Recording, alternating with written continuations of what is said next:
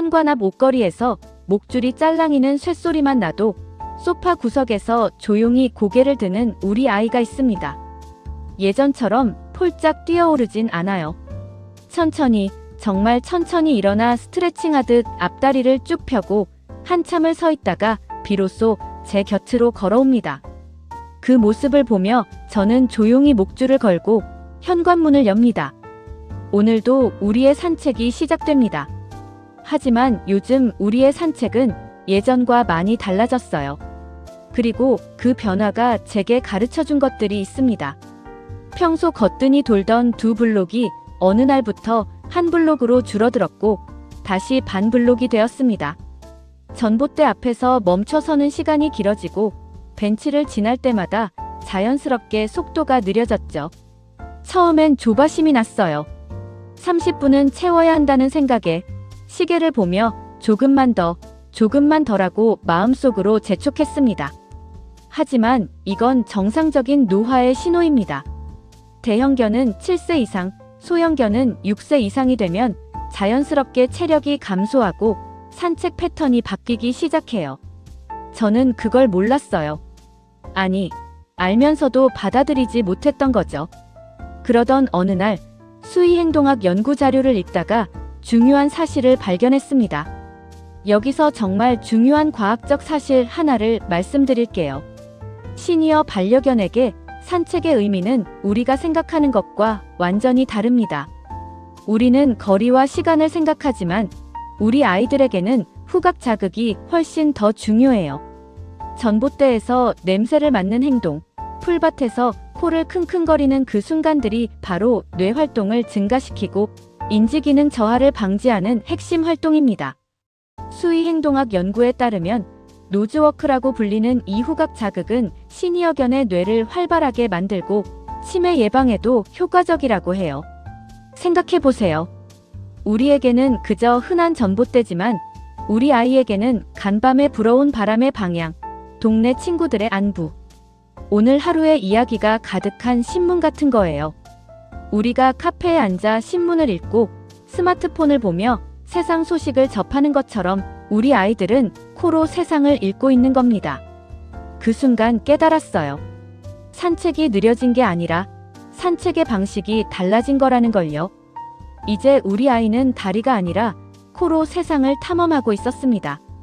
그 사실을 알고 난 후 어느 날 산책에서의 일입니다. 평소처럼 전봇대 앞에서 우리 아이가 멈춰 섰어요. 그리고 3분이라는 꽤 긴 시간 동안 그곳에 머물렀습니다. 예전에 저였다면 목줄을 살짝 당기며 가자라고 말했을 거예요. 하지만 그날은 달랐습니다. 저도 함께 멈춰섰죠. 그리고 처음으로 진짜 주변을 둘러봤어요. 나뭇잎 사이로 비치는 아침 햇살, 바람에 흔들리는 풀잎들, 멀리서 들려오는 아이들의 웃음소리. 우리 아이의 꼬리가 살랑살랑 흔들리고 있었어요. 행복한 거였죠. 그 순간 깨달았습니다. 제가 놓치고 있던 건 30분이라는 시간이 아니라 바로 이 순간들이었다는 것을요. 벤치 앞을 지날 때 우리는 자연스럽게 앉았습니다. 목줄은 느슨하게 늘어졌고 우리 아이는 제 발치에서 편안하게 주변을 관찰했어요. 그렇게 10분을 앉아 있었을까요? 그 10분이 이전의 30분보다 훨씬 더 풍요롭게 느껴졌습니다. 거리는 짧았지만 밀도는 비교할 수 없을 만큼 높았어요. 여기서 중요한 의료 정보를 덧붙이자면 미국 동물병원협회 AAHA의 시니어 케어 가이드라인에서도 이를 뒷받침하고 있습니다. 시니어 반려동물에게는 긴 시간의 산책 한 번보다 짧고 빈번한 산책, 여러 번이 관절과 심장 건강에 훨씬 더 좋다고 해요. 그리고 중요한 건 거리가 아니라 질입니다. 산책 중 자주 멈춰서 휴식을 취하는 것, 이건 나태함이 아니라 적절한 관리의 일부예요. 다만 산책 속도가 갑자기 느려졌다면 반드시 체크해야 할 3가지가 있습니다. 첫 번째, 관절 건강입니다. 퇴행성 관절염은 시니어견의 80% 이상이 겪는 질환이에요. 두 번째, 심장 기능입니다. 산책 중 헥헥거림이 심해지거나 호흡이 불규칙해진다면 심장 검사가 필요합니다. 세 번째, 신장 기능입니다. 에너지 수준과 직결되기 때문에 정기적인 혈액 검사를 권장합니다. 이 세 가지는 꼭 동물병원에서 정기적으로 체크하셔야 해요. 자세한 체크리스트는 영상 설명란에 링크를 걸어두겠습니다. 그렇다면 내일부터 어떻게 산책을 바꿀 수 있을까요? 저는 세 가지 간단한 방법을 실천했고 정말 효과가 있었어요. 첫 번째, 5분 일찍 나가기입니다. 평소 7시에 나갔다면 6시 55분에 나가세요. 단 5분이지만 이 여유가 마음의 조바심을 완전히 바꿔줍니다. 아직 5분이나 남았어라는 생각이 천천히 가도 되로 바뀌는 마법 같은 시간이에요. 두 번째, 멈춤을 허용하기입니다. 우리 아이가 멈춰서면 함께 멈춰 서세요. 목줄을 당기지 말고 그저 그 순간을 함께하는 겁니다. 처음엔 어색할 수 있어요. 하지만 일주일만 해보세요. 익숙해지면 그 시간이 얼마나 평화로운지 알게 될 겁니다. 세 번째, 시계를 보지 않기입니다. 시계 대신 우리 아이의 코끝을 따라가세요.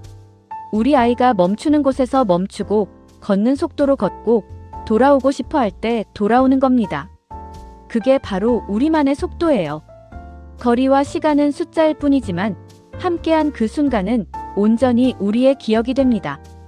이 세 가지를 실천하면서 저는 산책이 의무가 아니라 선물이라는 걸 다시 깨달았어요. 매일 아침 현관앞 목걸이에서 목줄 소리가 들리면 저도 이제 알아요. 오늘도 우리 아이가 저를 세상 밖으로 데려가 줄 거라는 것을요.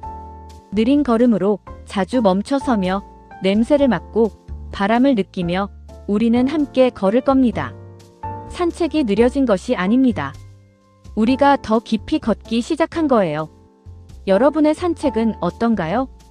여러분만의 속도로, 여러분만의 방식으로 걷고 계신가요? 댓글로 여러분의 이야기를 들려주세요. 이 영상이 조금이라도 도움이 되셨다면 좋아요와 구독으로 채널을 응원해주시고 똑같은 고민을 하는 분들께도 공유해주세요. 우리 아이들과 더 깊이, 더 천천히, 더 다정하게 걷는 그날까지 함께 해주셔서 감사합니다.